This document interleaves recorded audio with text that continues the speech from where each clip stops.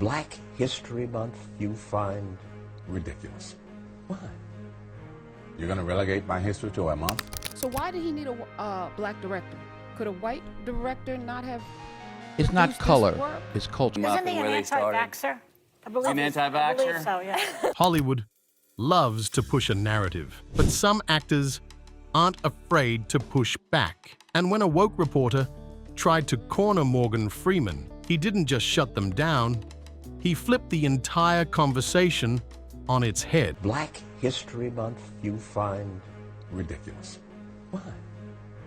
You're going to relegate my history to a month? During a 60 Minutes interview, Matt Wallace tried to push him into a conversation about Black History Month. And Freeman didn't just dismiss the question, he dismantled the entire concept in under 30 seconds. Oh, come on. What do you do with yours? Which month is White History Month? No, well, come on, tell me. Well, I'm Jewish. Wallace expected Freeman to go along with the usual narrative, but instead, the actor turned the tables. He mocked the idea of setting aside just 1 month for Black history and made it clear that real equality doesn't come from dividing people into categories. His response was so direct, so logical, that Wallace had no comeback. Okay, which month is Jewish History Month? There isn't one. Oh, why not? Yeah. Do you want one? No. No, all right, I don't either. I don't want a Black History Month. Black history is American history. This wasn't the first time Freeman challenged woke narratives. When asked about racism, he offered a solution so simple and obvious that it left reporters speechless. No theatrics, no virtue signaling, just straight truth. While Hollywood loves making everything about race, Freeman refuses to play the game. How are we going to get rid of racism until... Stop talking about it. I'm going to stop calling you a white man. Yeah. And I'm going to ask you to stop calling me a black man.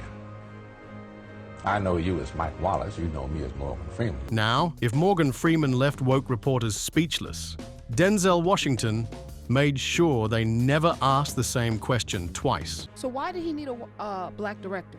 Could a white director not have? It's not produced this color, work? it's culture.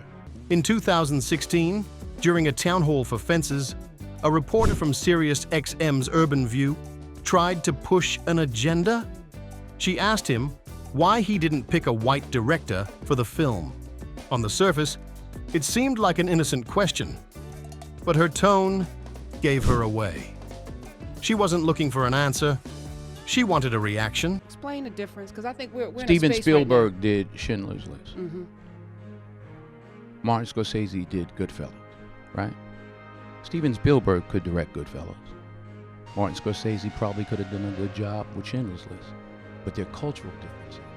As for Denzel, well, he shut it down with a response that made it clear he wasn't playing along. That wasn't the first time he schooled a reporter on race. At the Fences premiere, instead of celebrating the film, another journalist kept trying to steer the conversation into woke territory. But when asked about race relations in America, he had something to say that every woke reporter needed to hear.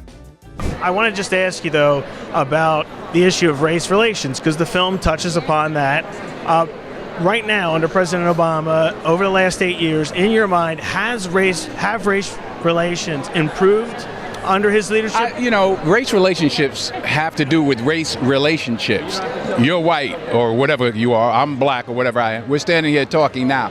That's how we get things done. You can't legislate love. The President of the United States can't legislate us into liking each other. We have to step forward and ask questions about each other and engage. There's no law that says, oh, because I'm president, you all got to get along now. And that wasn't all.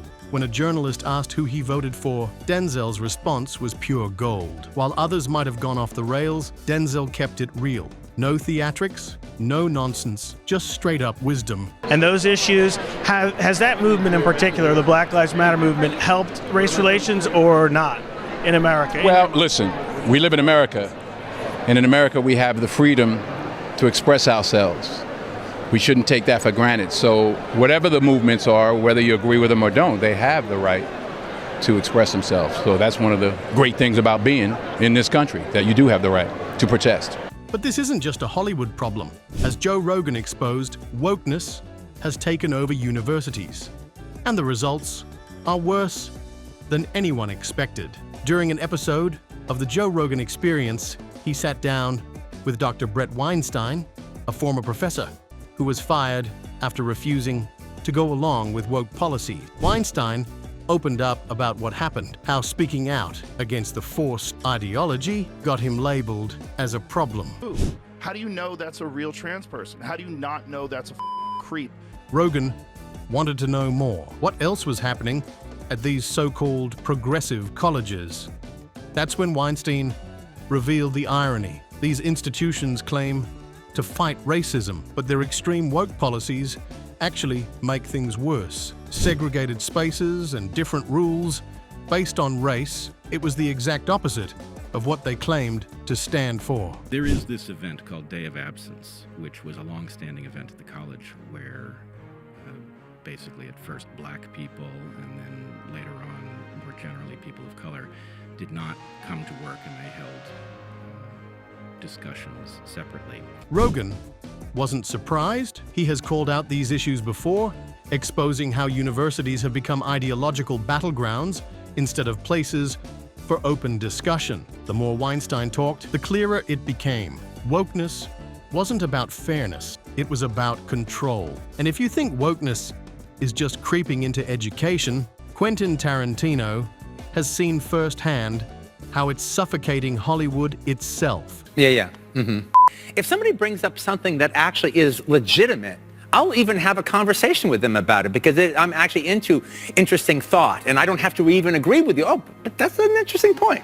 During a talk show appearance, he was praised for refusing to apologize to the woke crowd that was constantly attacking him. But instead of just taking the compliment, Tarantino exposed how Hollywood has changed over time, and not for the better.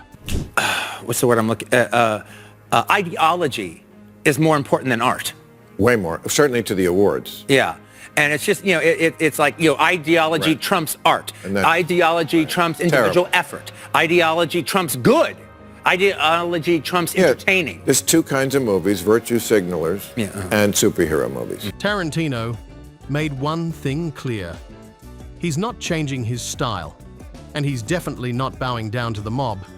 And that's exactly why he's still standing, while so many others fade away. Hollywood has never been an easy place, but thanks to wokeness, it's worse than ever. Are you bullish on the future of movies? Because well, look, you have to always look at. Are we going to get back to that place? Look, this happens. This comes in waves. This absolutely comes in waves. All right, so it's like, okay, just looking at the 40s.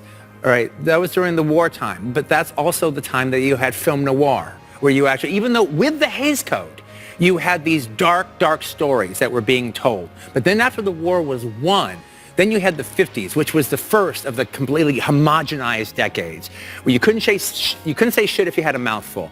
All right, and every bestseller, every play that was turned into a movie, if there was anything sexual about it or anything, that's all going to be drained out of the movie. It's going to be weaned out of the movie. It's just the way it is. And then, to me, it's one of the worst decades in Hollywood. It's the 50s. Tarantino refuses to bow down to the mob, but he's not the only A-lister standing his ground. Just ask Matthew McConaughey, who made it clear he won't play The View's little games. In 2023, he appeared on The View to promote his children's book, Just Because. At first, he talked about fatherhood and why he wrote the book. But then, Sonny Hostin brought up his 2022 speech on gun violence. Anti-vaxxer? An anti-vaxxer? So, yeah. Just so you know. Bahar, who had already tried to throw him off earlier, saw an opportunity and jumped in with another one of her gotcha questions. The kind designed to make actors stumble. But McConaughey wasn't having it. He shut her down with that signature calm and collected style, refusing to let her twist his words. Look, being a dad was the only thing that I ever knew I wanted to be. Oh. I knew that at 8 years old. I remember shaking hands with my dad's friend who he would introduce me. McConaughey kept his cool, but Kurt Russell, he wasn't about to let them off easy. And the View hosts learned that the hard way. The last thing I like to watch is entertainers or actors get political. It's just something I can't stand watching. Back in 2015, he appeared on The View just after making headlines for shutting down a woke interviewer. Sensing an opportunity, the hosts tried to steer the conversation toward gun control. But knowing Russell's no-nonsense approach, they toned it down, at least a little. Recently, you made some headlines for saying that you felt gun control laws wouldn't deter terrorists. Explain to folks. Well, you know, these are these things where, first of all, I was in a situation, we do what we call the dog and pony. Right. We're out doing the dog and pony selling a picture. And you get kind of, sometimes you get what you feel is slightly ambushed by somebody who's really got an agenda. And that's sort of, I think, that's my opinion of what happened to me. That didn't matter. Russell wasn't about to let them off easy. He pushed back with the same unapologetic attitude that made him stand out in Hollywood. Instead of dodging the question or playing along, he made his stance crystal clear. And just like that, another attempt to corner an actor had completely backfired. No, I was kind of asked to put it in context somehow with this movie. You know, my personal feeling is that there's a big difference between Fantasyland and reality. Fantasyland is what we do. You're either writing something, writing a song, writing a book, doing a movie, doing a television show. That's Fantasyland. And that's where that stuff belongs. In reality, when we're dealing with things like terrorism and whatnot, we're all going to have different opinions on how to do it and how to deal with it. Yeah. Mine happens to be that I think there's a very strong reason Founding Fathers had for the Second Amendment. These were just some of the moments where Hollywood actors refused to play along. And if history tells us anything, there will be plenty more to come. See you in the next one.